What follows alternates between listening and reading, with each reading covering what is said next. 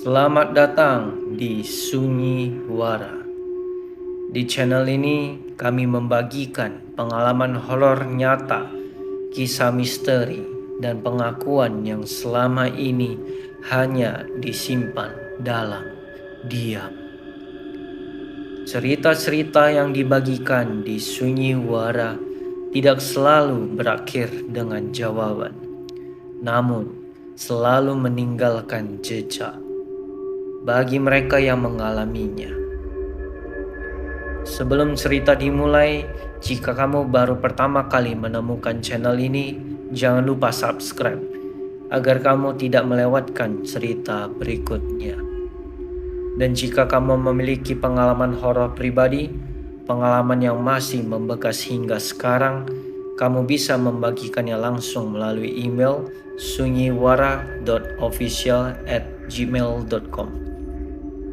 Semua cerita akan dibaca dengan format, nama, dan detail sensitif akan kami samarkan. Sekarang kita masuk ke cerita malam ini.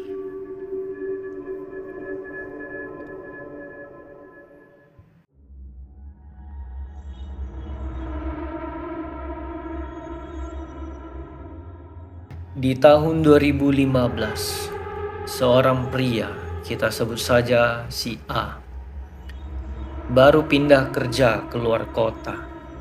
Ia menyewa sebuah rumah kecil dekat area perkebunan dan jalur lama yang jarang dilewati di malam hari. Rumah itu tidak besar, satu kamar, satu ruang tengah, satu dapur. Pemilik rumah hanya berpesan satu hal sebelum pergi. Kalau malam, lampu teras jangan dimatikan. Si A menganggap itu hal sepele. Malam pertama berjalan normal. Hujan turun sebentar, lalu reda. Sekitar jam 02.00, A terbangun karena merasa rumahnya terlalu sunyi. Bukan sunyi biasa, tapi sunyi yang seperti tidak ada suara alam sama sekali. Ia kembali tidur. Malam kedua, A pulang larut lebih malam. Jam menunjukkan 01.48. Saat ia membuka pintu rumah, lampu teras menyala. Padahal ia ingat sudah mematikannya pagi tadi. Ia tidak memikirkan terlalu jauh, namun sekitar pukul 02.30, A mendengarkan suara langkah kaki berhenti tepat di depan pintu kamarnya. Tidak ada ketukan, tidak ada gerakan lanjutan, hanya dia. Besok paginya, ia menemukan jejak tanah tipis di teras. Malam ketiga adalah malam yang mengubah segalanya. Sekitar jam 02.57, A terbangun karena mendengar suara seseorang duduk di kursi ruang tengah. Ia bisa mendengar suara kayu kursi tersebut. A membuka pintu kamar sedikit, lalu dia melihat ruang tengah kosong. Namun, kursi itu sudah bergeser dari posisi semula. A kembali ke kamar, mengunci pintu, menunggu sampai pagi sekitar pukul 03.12. Ia mendengar suara pelan, sangat dekat. Malam ketiga biasanya paling lama.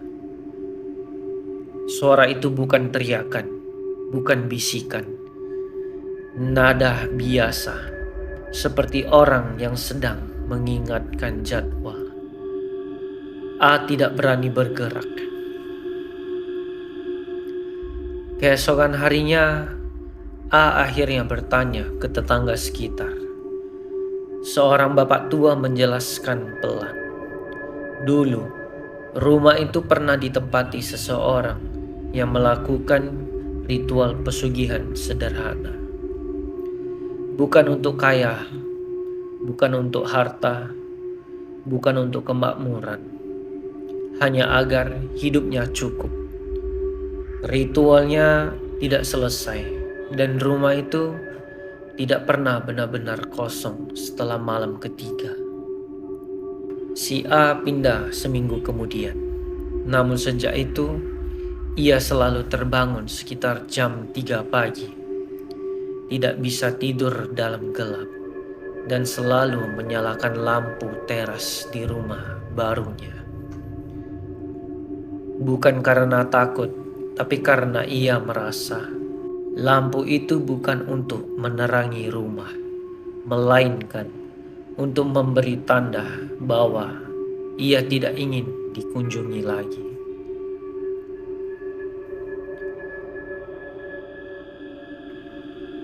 Dan itulah akhir dari cerita malam ketiga ini. Tidak semua tempat meminta tumbang, sebagian hanya meminta untuk tidak dilupakan. Cerita ini berhenti di sini tanpa penjelasan pasti, tanpa jawaban mutlak. Kita bertemu lagi di kesunyian berikutnya. Jika kamu ingin mendengar kesaksian lain yang tidak pernah diceritakan dengan lantang, kamu bisa mengikuti Sunyi Wara. Terima kasih sudah mendengarkan sampai akhir. Kita akan bertemu lagi di kesunyian berikutnya.